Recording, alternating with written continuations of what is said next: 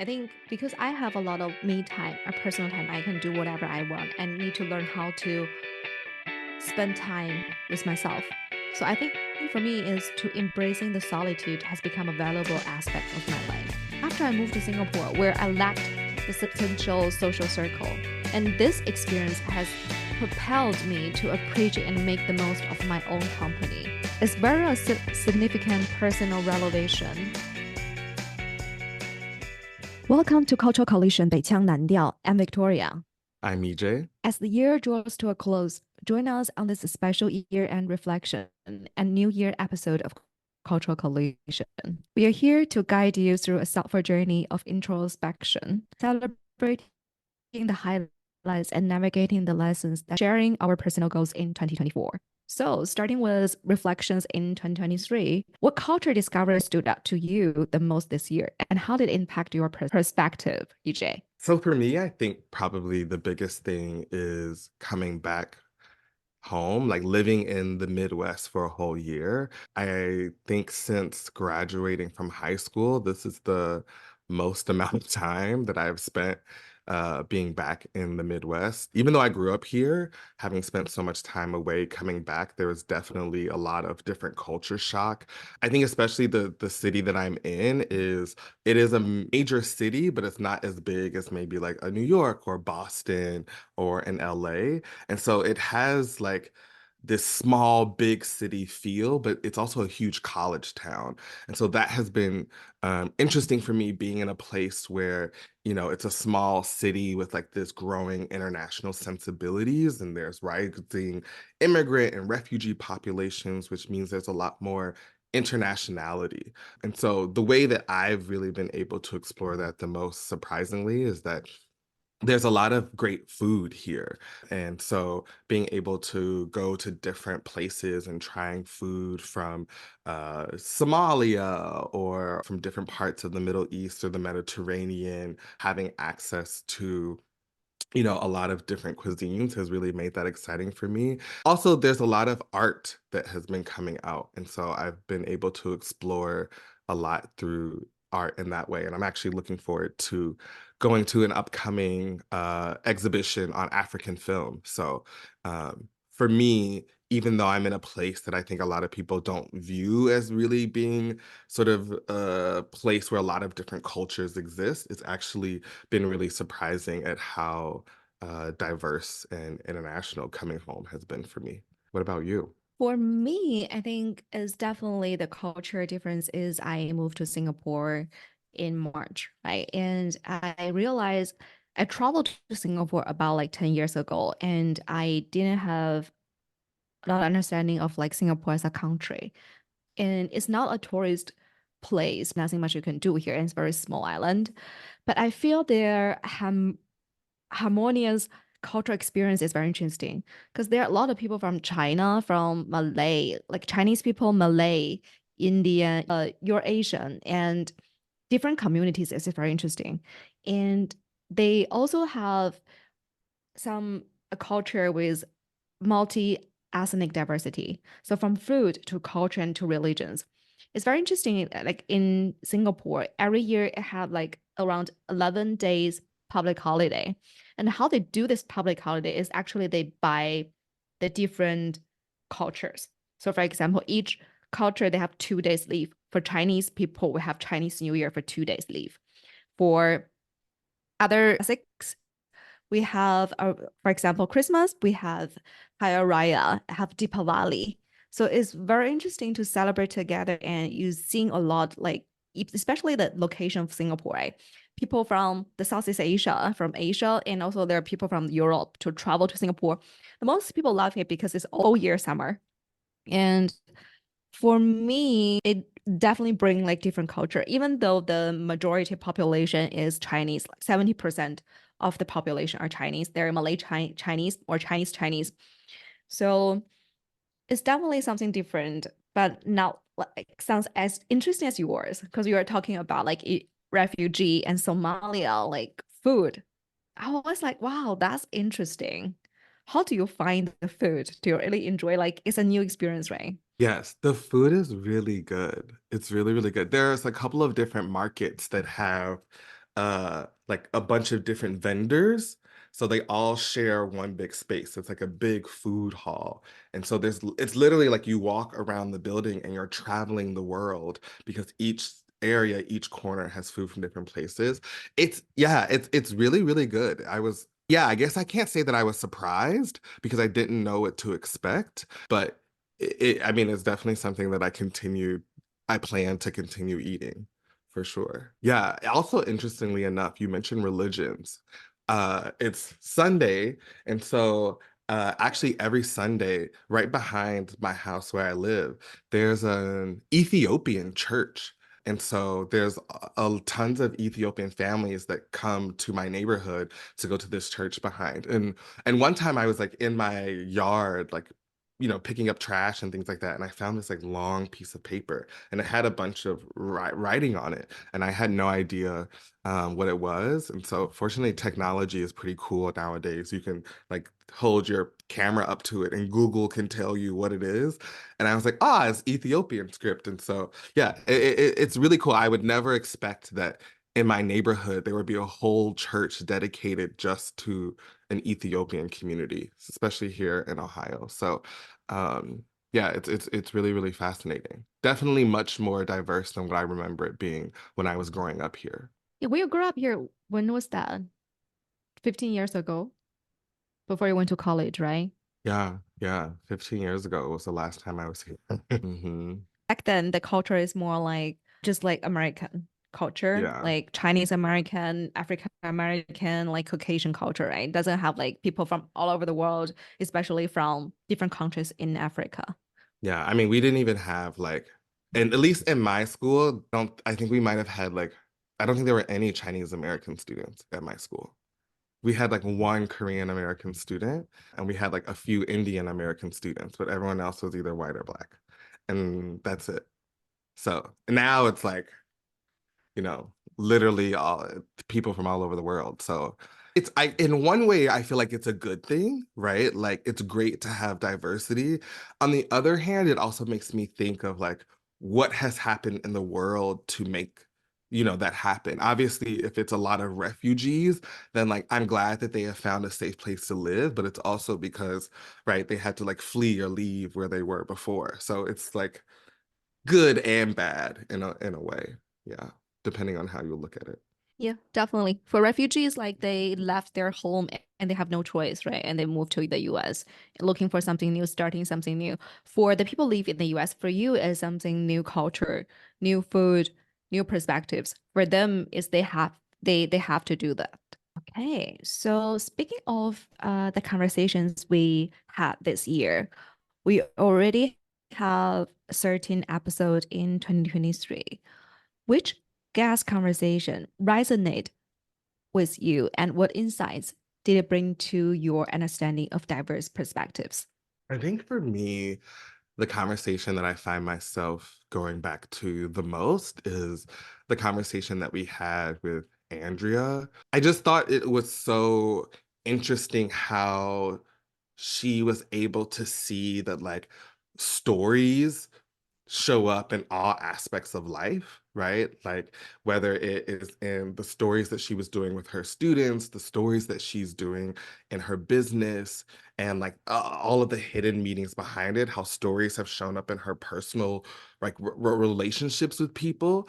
I find that perspective and that view on life really interesting, and it makes me think, I don't know, I'm someone who like one day hopefully also wants to get into writing, and I would love to be able to write my own life story. And so it makes me think about, right, even in like the smallest moments of life, there are all of these cool, interesting connections that can come out of it if you take time and reflect it. And so, yeah, I've been thinking a lot about, I don't know, there's the moment where she spoke specifically about that sense of like wanting to be destroyed and be the destroyer. And that's also something that I've been coming back to. I think that's such a powerful image to come up with. And I don't know if I've necessarily felt that way myself in terms of a relationship, but it's definitely something that I think is I don't know, worth considering. And I'm definitely trying to see whether or not, as someone who is trying to go out and maybe date a little bit more and put myself out there, I'm definitely thinking about, you know, what situation would I feel so strongly about someone to feel that way. So I really appreciated a lot of her reflections and what came out of that conversation. Yeah, after the conversation with our conversation with Andrea, I also can feel like you and her have something in common. Like you both love reading, and you and her know some common friends, and you both Mm, love reading and maybe writing in the future. Yeah, that's quite interesting how we connect with people, like how we find out like people are like are all connected to each other. mhm. Yeah.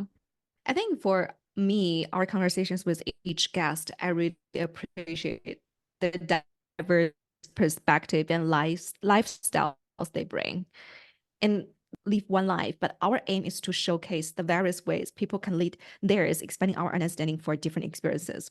And the one conversation with Hui really, I feel struck a chord with me. I think because we share a similar background. We both grew up in Beijing and then move out to different places we met in Hong Kong. And she lives in Australia right now. Is was fascinating to connect with someone who, like myself, and we don't adhere to a traditional ambitious life goals, but rather chooses to follow the heart's calling. And her insights reinforce the beauty in embracing a more intuitive, a purpose-driven approach to life, emphasizing the diverse paths individuals can take to find and fulfillment and meaning. So I highly recommend people living in your own country and you don't have a really strong life goal and to listen to that episode, to that episode, but it's in Chinese. Okay, speaking of literature, right? Can you share a book or piece of literature, movie, or maybe even a show that left a lasting impression on you this year and why?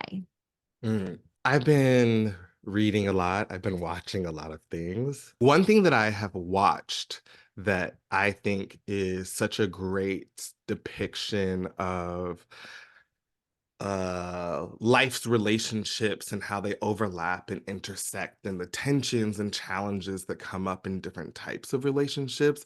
I think particularly when a relationship begins to evolve and it maybe starts as one type of relationship and then moves into a different type of relationship. There's this really great television show on Netflix called Easy.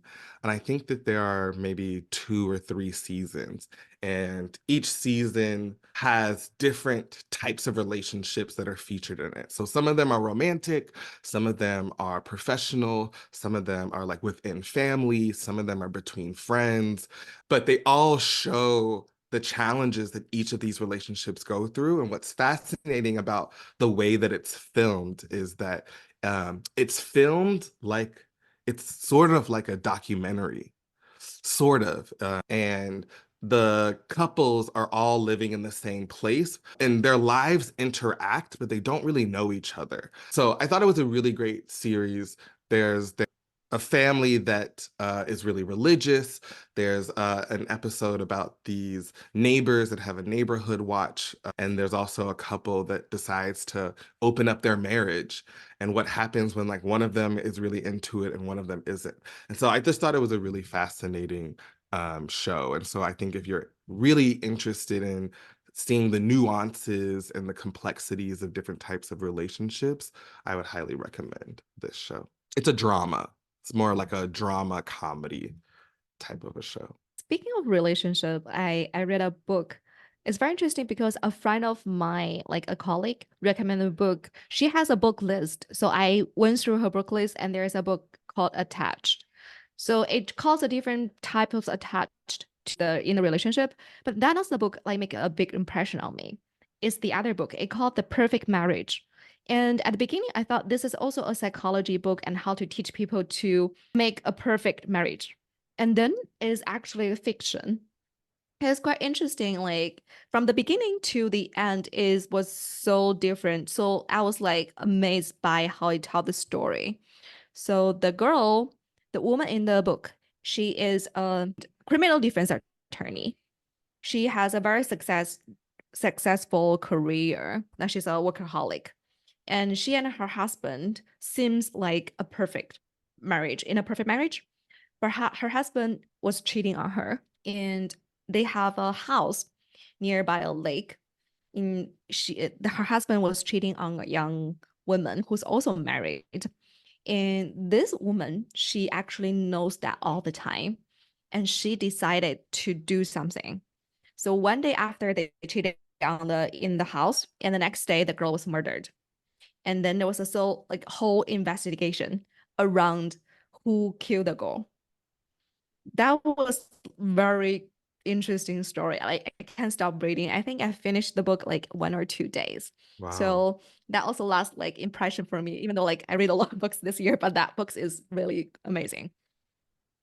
That sounds like it could definitely be like a TV show or a movie. Yeah, it is. It's quite interesting because they have like different suspects, and the police was doing investigation, and even the ending is not something you can guess.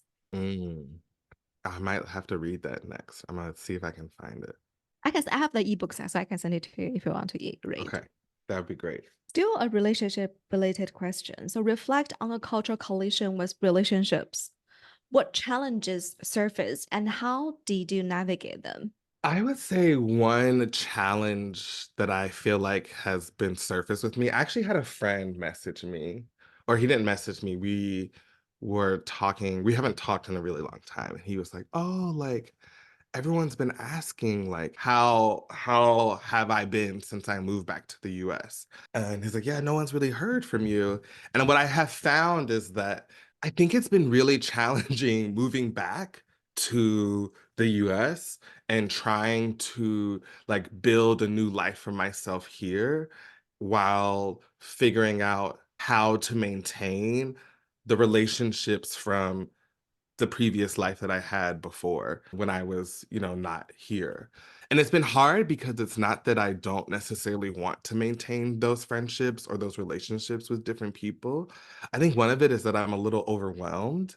There are so many people, I had like a lot of different types of friends before in the community that I had. And so I think for me, the big challenge is that like I think I've changed enough in terms of like what my goals are and sort of what my sort of day-to-day life is and sort of what my lifestyle is that I feel like it's not similar to who I was before. And sometimes I worry, will people get me? Will people understand me, right? Is the person I am now who they remember me to be? And so I think I have to work through the sort of anxiety around how do I show up as myself to people who know me and remember me differently. And I don't really have an answer to it yet. I think I just have to like start making some phone calls and reaching out to people. It's been colliding because I think that, or the collision rather, is that I'm finding that I'm like at a loss for words, which feels odd for people who I was once so close with. And so I have to figure out how do I get the language back to reach out. But yeah, that's definitely something that I have been struggling with. I don't have a good answer for how to fix it. I remember when I had a conversation with our common friend Elaine. So for you and her, I think share the same similar experience. So moving out of the home country for about a decade. And then when you go back to your home country or visit friends, then you already become a different person, but you still have the same you in you, right? When they know you maybe 10 or 15 years ago. It's hard to maintain the relationship, and also people are on different phase of their life. So that's a question. I think it's for me, it's also for relationship with the friend. Especially in our last episode, Jimmy talked about even though with friends, we have the situationship. We, especially for me, and also I feel like after I moved to Singapore, I need to start to making new friends. All my friends back in China, I need to keep a long distance relationship friendship with them. I think that's quite challenging. And also making new friends is challenging as well. So for me, last year, I was in a very supportive mood. And so I broke up with my ex, and my friends all over around is so supportive, and I can talk to them where I want. And I hang out with them a lot. Then after a while, I moved to a new country. is also I have a lot of me time. So how I use this me time, how I maintain the relationship with my friends back home and how I make new friend, I think it's very challenging. I like the word that you use, like long distance friendships. You know, I feel like we normally talk about like long distance boyfriend or girlfriend, but long distance friendships are hard. Like sometimes I feel like most of my friendships are long distance now, you know? And like it's really exhausting to maintain so many in different places. Yeah. I'm resonating with a lot of what you said. It's hard. And especially if something happened to them, right? It's similar with long distance relationship because we are in different place. I cannot give you a hug. I cannot go out with you, but only we can do is to listen to you. So what I did is I offer once in a while, I check in with them and to ask them if you have time to do a video call. So I think that's the best thing I can do for the friends like in China or in the US. So I try to keep this relationship. I think every relationship takes efforts. Otherwise, it's really hard to maintain. Yeah, yeah, I agree. I mean, it's interesting you said that, part of it we were just talking about is that, we've grown as people. And I would imagine that, our friends too, they're also growing and they're also in different stages of your life. So, how have you seen personal growth in your life this year? And what strategies do you plan to implement for continued development in the upcoming year? It also connect with my answer for the last questions. I think because I have a lot of me time, a personal time, I can do whatever I want and need to learn how to spend time with myself. So I think for me is to embracing the solitude has become a valuable aspect of my life. After I moved to Singapore, where I lacked the substantial social circle, and this experience has propelled me to appreciate and make the most of my own company. It's very a significant personal revelation. I think for next year, I might want to make some changes, whether in my living situation, where I live, or my lifestyle. I want to, with a steadfast commitment to preserving, also enhance the quality of me time. So for this year, the me time is I trying to figure out things I think a lot and I read a lot. So for next year, I want to maybe go out there, talk to friends. At the same time, to try to improve the me time, the quality of me time. And that's something we should, especially when we at the maybe in the 30s, I think we're gonna have a lot of me time and we need to know how to maximize the me time and to improve ourselves. How about you? Yeah, I definitely think there's some overlap. Since moving back, have been in my house. I've been spending a lot of time like nesting and being a homebody and like making my house a home, which has been really exciting. But the trade-off has meant that I spend a lot of time in my house and with my dogs, and I don't go out as much. So I've had a lot of me time, and I've really appreciated a lot of me time, as you have said. I think for me, the challenge in having so much me time is that I am used to being so busy. And so it always felt uncomfortable for me to have so much rest time. I had so much downtime, and I would have to say, like, well, shouldn't I be doing something? Shouldn't I be working out? Or shouldn't I be working on a project? Or shouldn't I be doing X, Y, and Z things? And so I really learned to appreciate having that rest. And so I think that's growth in me and not freaking out when I don't have as many things to do.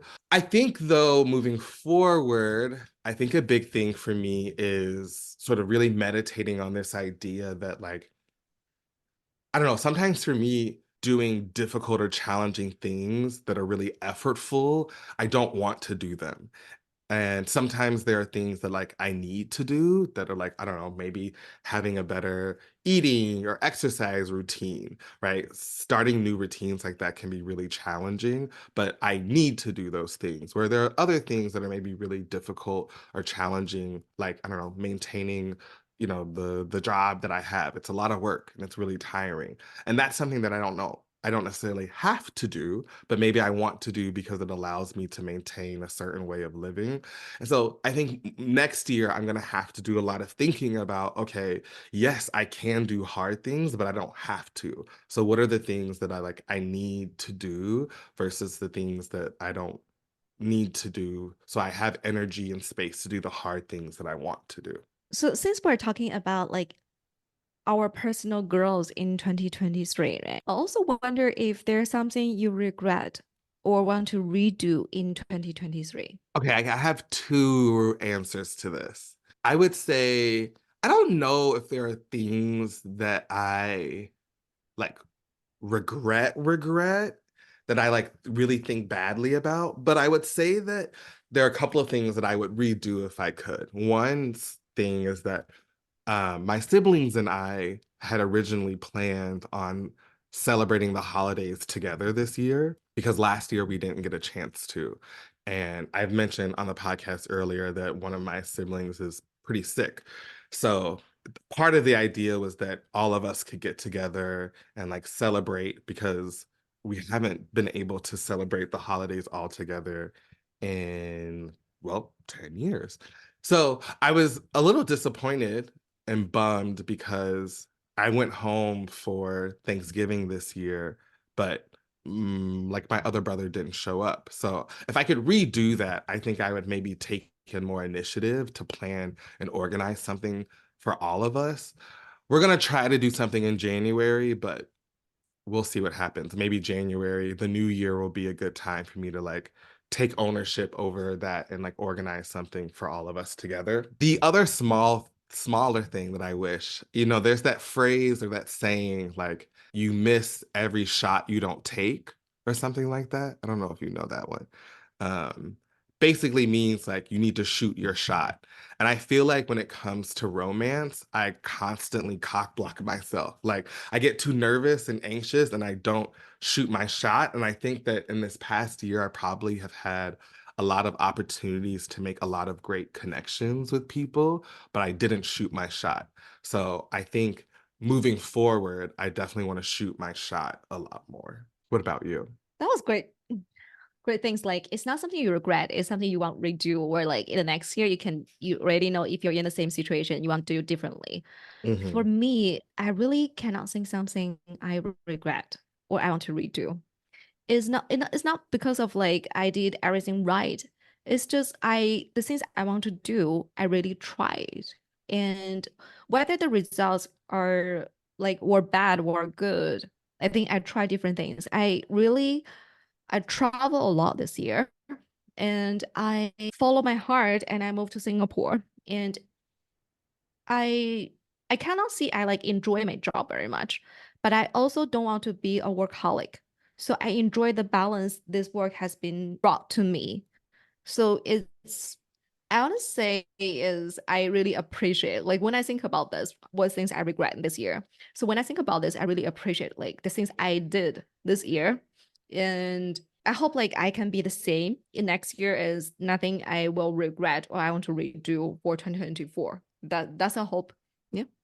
Okay, since we have our regrets, so what's our goal in 2024? My goal. I think my big goal is to, yeah, go out there. I think I've been really fortunate that and like coming home and having this homecoming that I've really been able to nest and really reground myself and really think about my values and like who I want to be as a person moving forward. I think now I have a pretty good idea. I feel pretty secure in myself and what I want to do, whether that's professionally or personally or romantically. And so I think my goal for next year really is to explore. I think that I've spent this last year sort of in repair, in rehabilitation, and working on myself. And I think now I want to go out and explore. So I'm going to say maybe explore will be my guiding word for 2024. Yeah. What about you? I like yours. I think I have a similar one for 2024. So I spent the whole year to try to know myself, to understand me as from different perspective. Because we don't really know ourselves because we are the people who see us who we are, right? So I don't see I can't say I understand 100% of myself, but I think my goal next year is also to explore the things I really want to do by doing things different things by minimize the things we don't like Because as people, like, so difficult to know what we like, what we want in our life. So you have to try different things, right? So similar, very similar to your word explore. So just try different things and to really know what you don't like. We have very strong opinion for things we don't like, for people we don't like, but we don't have very strong prospect on things we like in a job perspective, in the people relationship, friendship perspective, we endure a lot. I remember the conversation we had with Jackie. Remember, we were talking about our endurance for job, right? For people, we have both very, very tall, like high tolerance. So that's the things we can differentiate with other people. So like we need to use the things we hate, we don't like to to to explore and to know ourselves better. Yeah, I really appreciate that idea of like minimizing the things that we dislike because obviously you can't, right? We can't get rid of those things that we hate or dislike completely, but we can definitely try to minimize the space that they take up in our life so we have room for the things that we do want. I really like that. Okay, so our final question goes out to our listeners. Your input is invaluable to us. We genuinely care about your opinions. How can cultural collision enhance your experience in this upcoming year? Feel free to share your thoughts and ideas for future episodes. Leave your comments with us, and we read and appreciate every single one. As we bid farewell to this year, let's carry the wisdom gained and the cultural insights discovered into the new one. Thank you for being a part of our cultural collision community. We can't wait to embark on another year of exploration, understanding, and connection with you. Wish you a happy new year to our incredible podcast community. As the clock strikes midnight, may the coming year be fulfilled with new adventures, fresh insights, and boundless joy. Thank you for being a vital part of our journey. Here's to another year of exploration, learning, and shared culture collisions. Cheers to 2023 and welcome 2024. Happy New Year! Happy New Year!